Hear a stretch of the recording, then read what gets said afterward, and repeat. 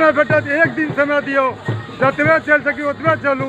अंतिम दिन जे छै से 13 मार्च के पुनौराधाम सब आदमी पहुँचू, ताकि पूरा देश में आवाज है मिथिलावासी जाग गेल। लाखों के संख्या में पहुँच कर पुनौराधाम में मिथिला के जे ई ज्योति जागृति भेलैया और श्री कृपानंद जी के से के झा जी, श्री कृष्णानंद जी के झा जी के से अथक प्रयास ई बिसरऽ वाला चीज नहीं है।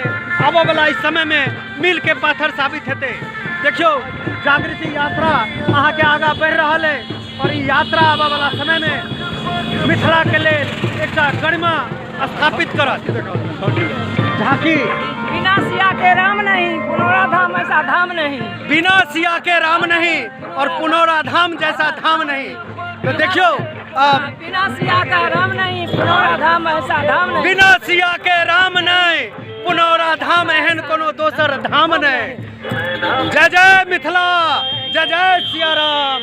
देखियो ई सीता रूपी महिला सब सेहो यात्रा में केना शामिल भेल छथिन। अहाँ घर में नहीं नुकायब, जखन मिथिला में पहुँचते तो आगाज कऽ दियो, इतिहास बना दियो और अहाँ के सहयोग और सानिध्य से इतिहास बनते। बहुत जबरदस्त यात्रा आगा बढ़ रहा है।